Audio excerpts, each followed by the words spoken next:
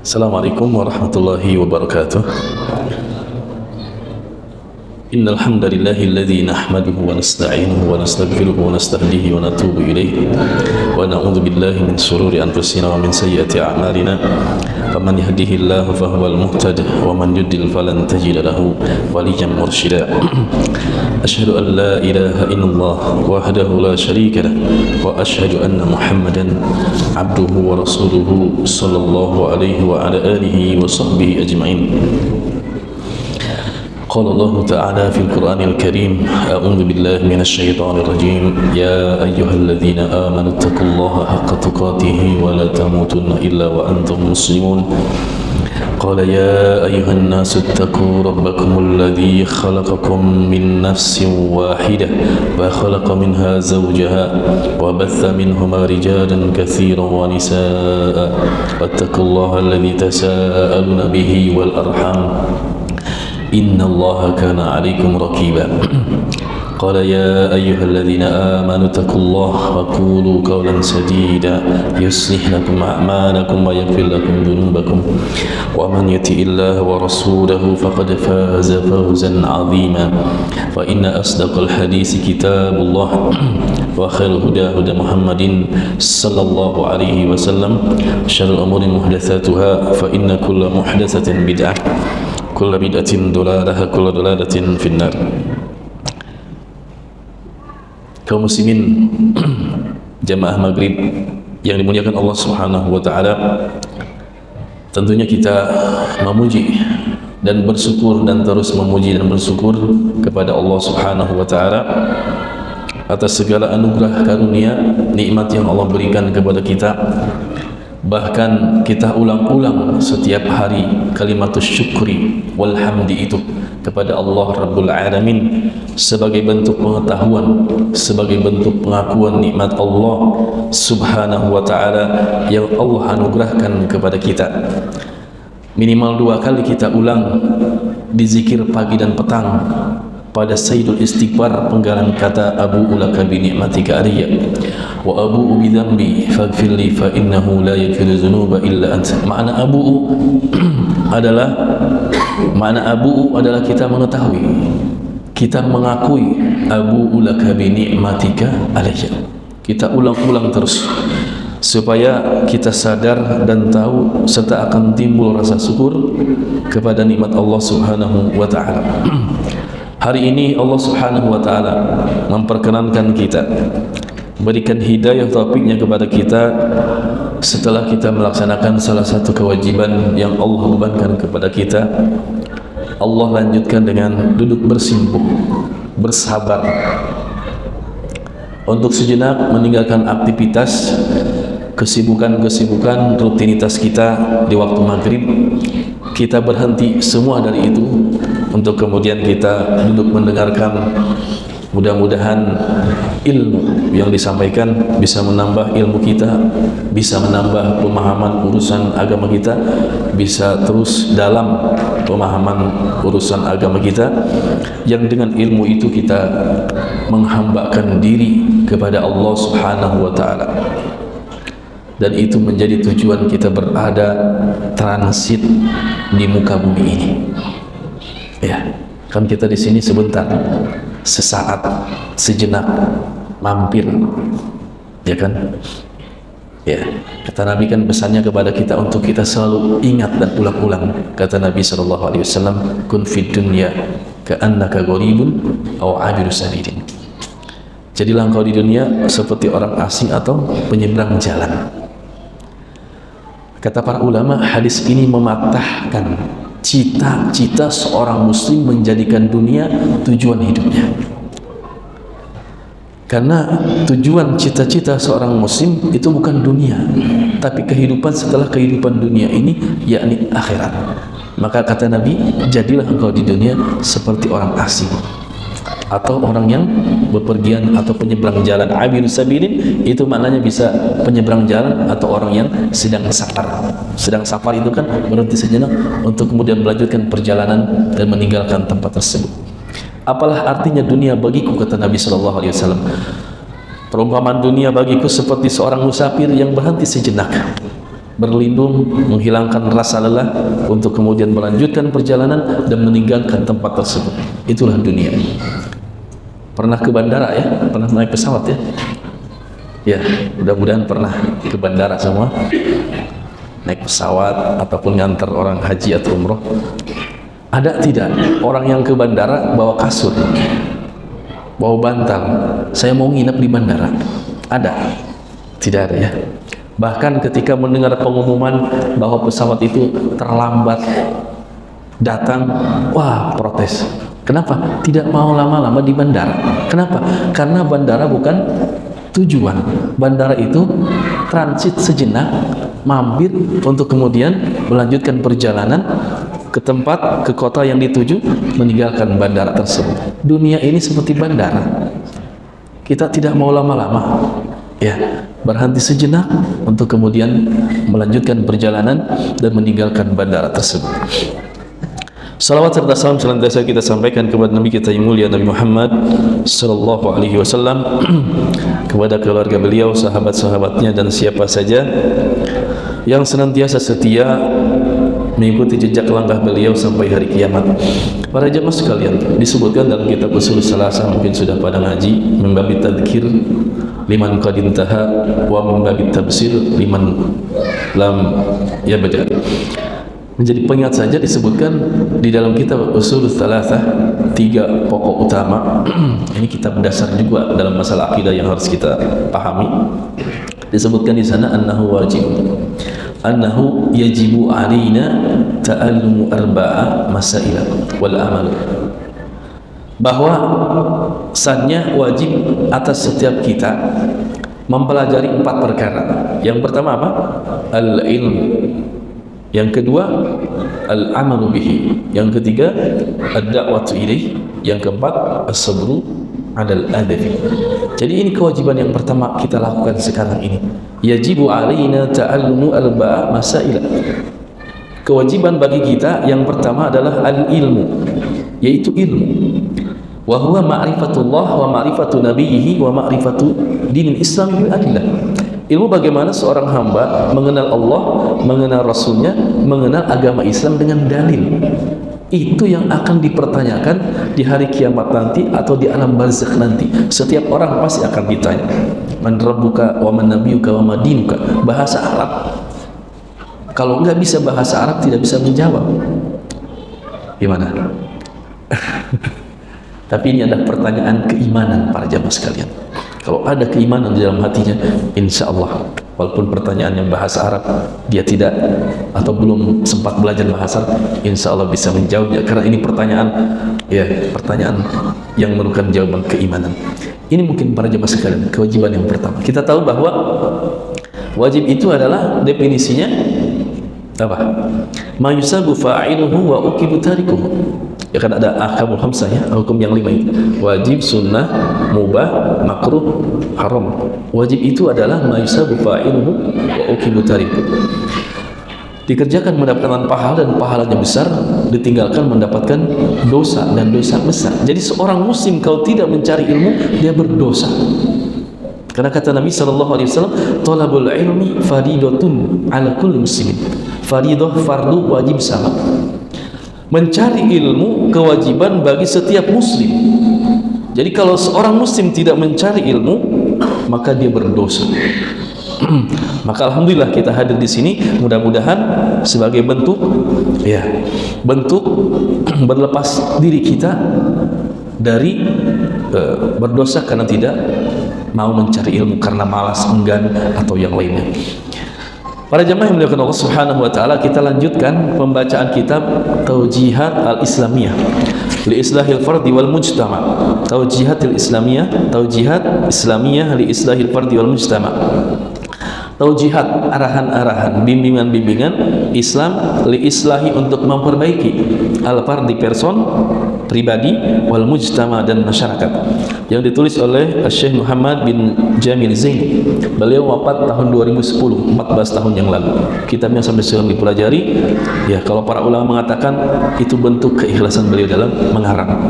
Bayangkan para jemaah sekalian, beliau 52 tahun itu berpaham Sufiyah, Thariqah, Naqsabandiyah, Asy'adzaliyah. bertemu dengan Syekh Abdul Aziz bin Baz, ya, berputar 180 derajat. Ya, beliau bertahap Ahlussunnah wal Jamaah, dan karangan-karangannya juga berisi tentang ya arahan-arahan kepada manhaj salaf. Masya Allah, 52 tahun beliau udah berakar berurat dengan pemahaman Sufiyah, tapi hidayah datang melalui tangan Syekh bin Baz, dan beliau memberikan hidayah serta menjadi pembela sunnah Nabi SAW. Ya, kalau kitab terjemahannya banyak ya, diantaranya ini Ilmiah Islam untuk pribadi masyarakat. Yes.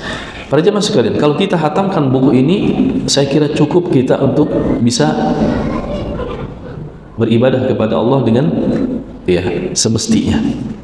Karena hal-hal yang sangat dibutuhkan oleh kita dalam kehidupan keseharian ini dijelaskan di sini, penjelasan secara ringkas, dan itu mencukupi. Baik. Kita sudah memulai di beberapa pertemuan yang lalu. Ada yang ingat sudah sampai ke di mana kita?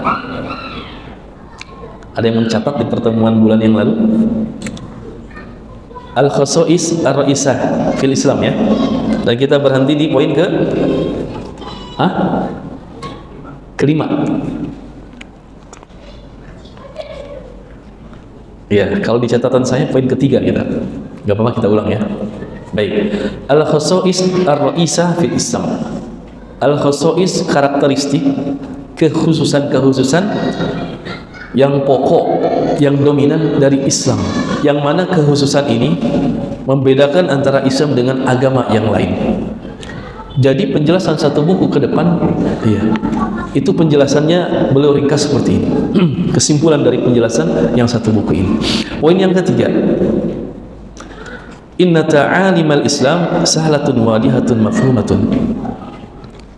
Bahwa pengajaran-pengajaran Islam yang di sini nanti di dalamnya itu pengajaran yang mudah, jelas, dan dipahami.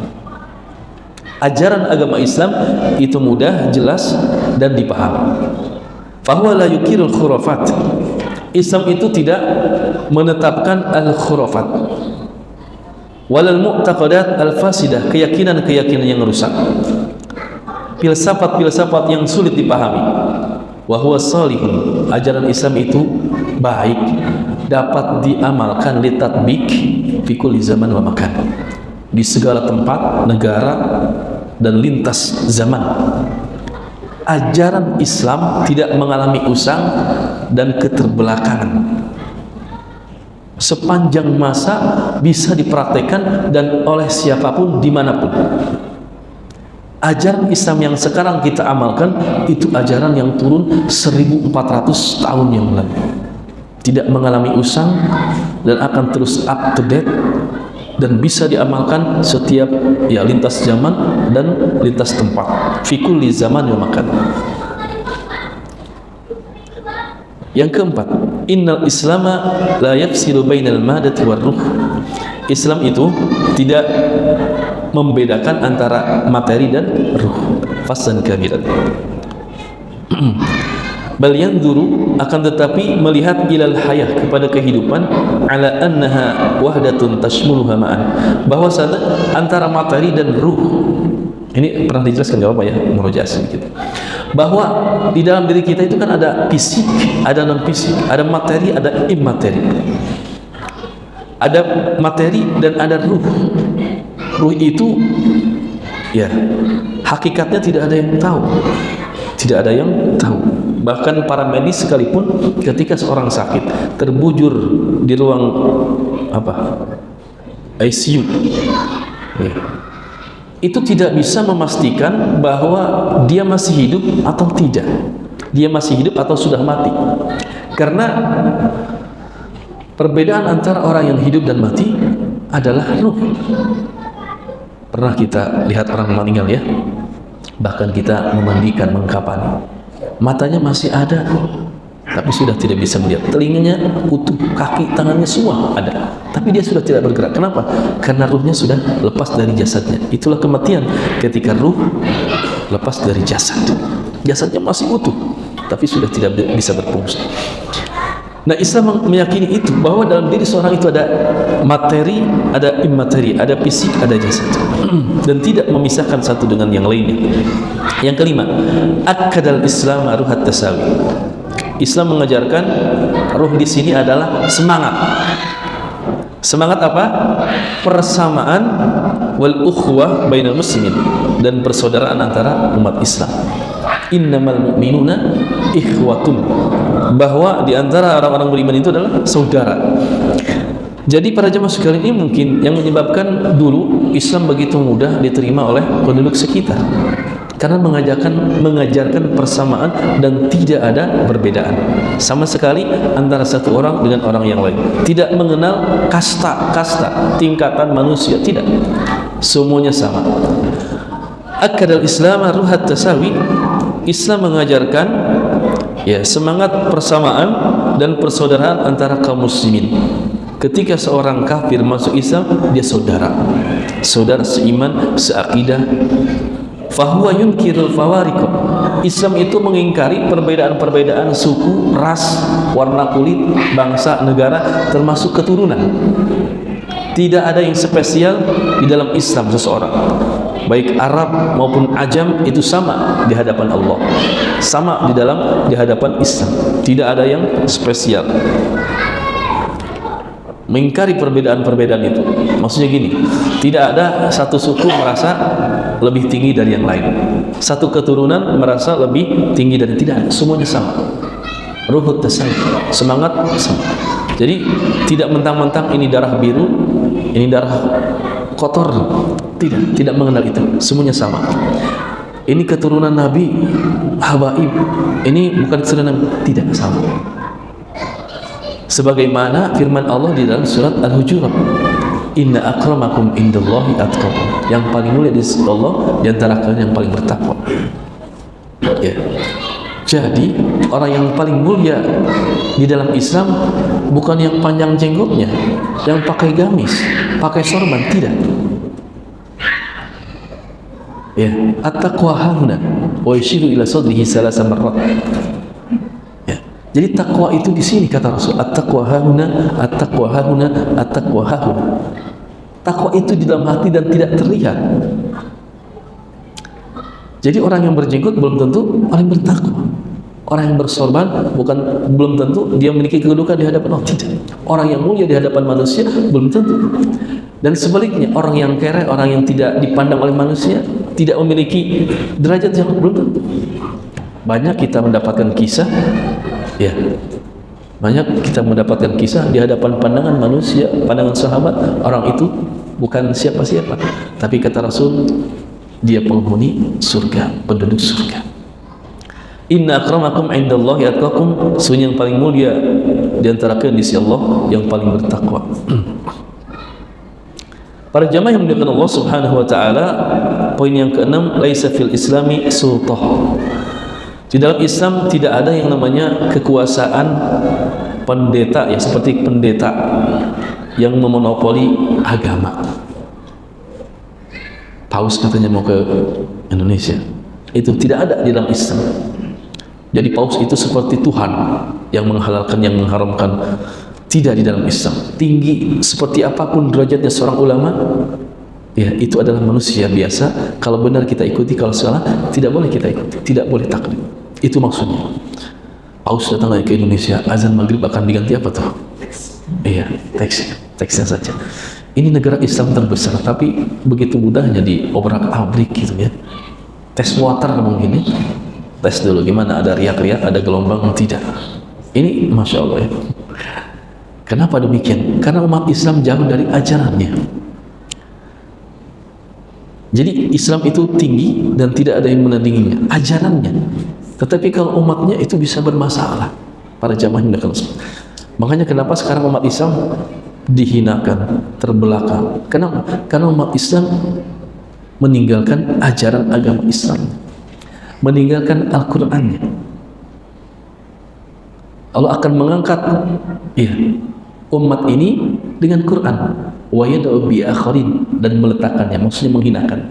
Akan diangkat Islam ini, umat Islam ini ketika mereka kembali kepada Al-Quran, dan akan dihinakan, diletakkan ketika mereka menjauhinya. Dan itu yang terjadi pada zaman sekalian. Laisa fil Islami sultah kuhunutiyah takiruddin, yang memonopoli agama. Wala afkarun mujarradun. Ya, Islam juga tidak meyakini afkar mujarrad, pemikiran yang ansih dari olah pikir murni yang sulit dibuktikan. Yas'ubu tasdiquha, dibenarkannya.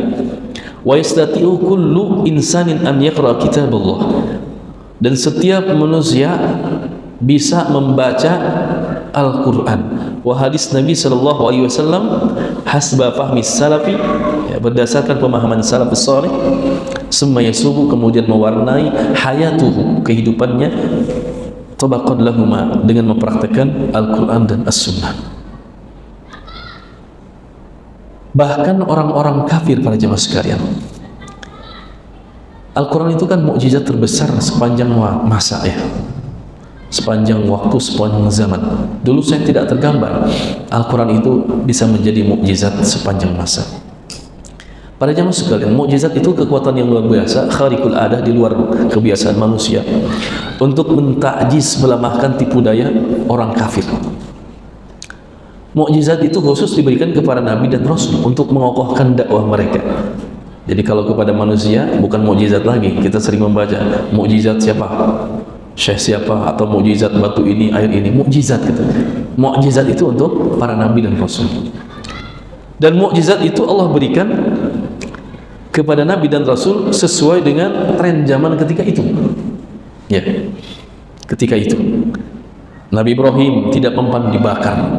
Ketika itu kekuasaan Namrud dan bala tentaranya Nabi Ibrahim sendiri dibakar dengan api yang sangat panas, tapi Nabi Ibrahim tidak terbakar. Bahkan ya narukuni bardan wa salaman ala Ibrahim, menjadi dingin dan selamat Ibrahim. Kemudian di zaman Nabi Musa, ketika itu gandrung apa? Ilmu sihir. Maka Allah berikan mukjizat, ya, bisa menandingi, bahkan bisa mengalahkan sihir. Tongkat berubah menjadi ular yang besar memakan tipu daya tukang-tukang sihir. Tongkat dipukulkan, ya, laut bisa terbelah menjadi jalan. Ya. Dan mukjizat yang diberikan kepada Nabi dan Rasul itu hilang bersama meninggalnya para Nabi dan Rasul. Jadi ketika kalau ada sekarang orang yang mengaku menemukan tongkat Nabi Musa, maka tidak berlaku lagi. Kenapa? Karena mukjizat itu hilang berbarengan dengan wafatnya para Nabi dan Rasul. Berbeda dengan Al-Quran.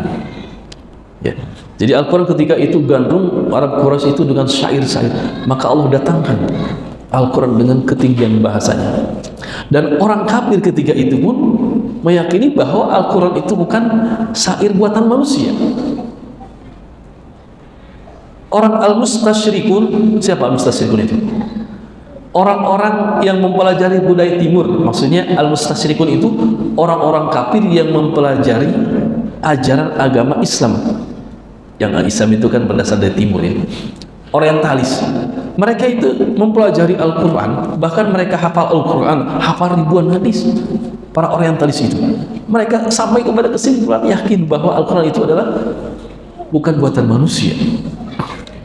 Satu aja poin bahwa Al-Quran itu mukjizat dan bukan buatan manusia, apa? Al-Quran itu terjaga keotentikannya, keorisinilitasnya, keasliannya. Al-Quran yang kita baca itu seperti Al-Quran yang diturunkan kepada Nabi Muhammad SAW 1400 tahun yang lalu, tidak pernah mengalami pergantian, perubahan, penambahan, pengurangan, bahkan satu huruf saja.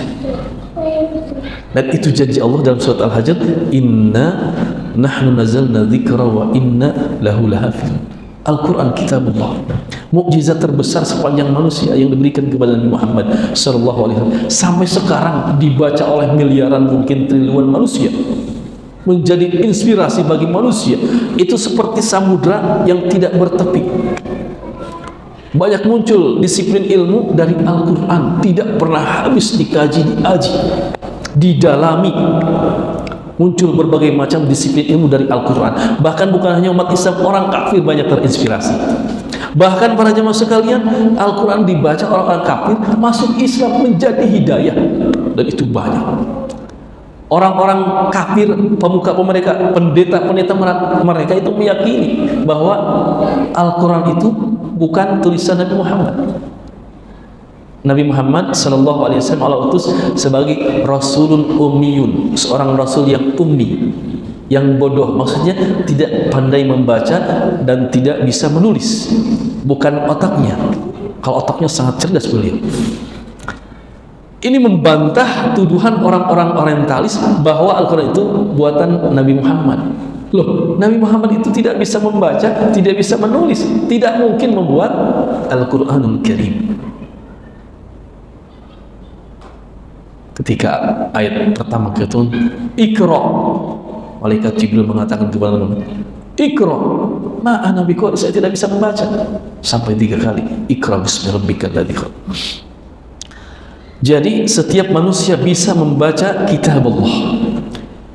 Bahkan anak kecil TK ada yang bisa membaca 4 tahun, 5 tahun. Kita bisa membaca Al-Quran.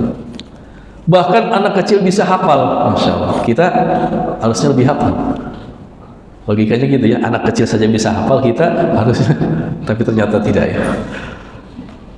Bahkan tadi orang kafir banyak mempelajari Al-Quran dan menemukan hidayah Islam, masuk Islam dengan membaca Al-Quran.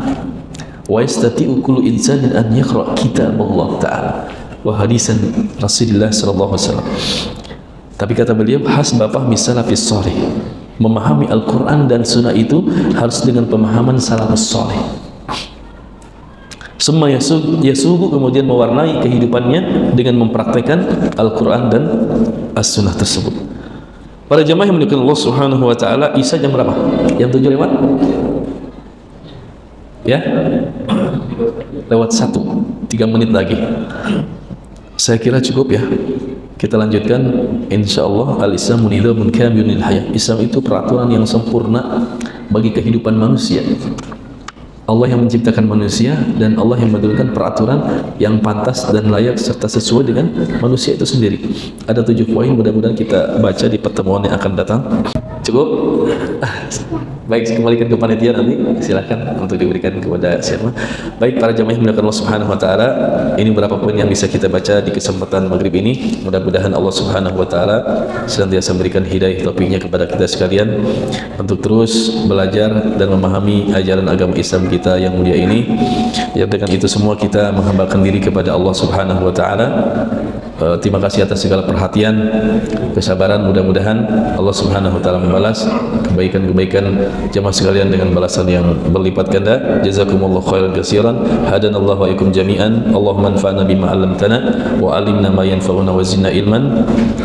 Aqulu qawli hadza wa astaghfirullah li wa lakum. Subhanaka Allah bihamdika asyhadu an la ilaha illa anta astaghfiruka wa atubu ilaik. Assalamu alaikum warahmatullahi wabarakatuh.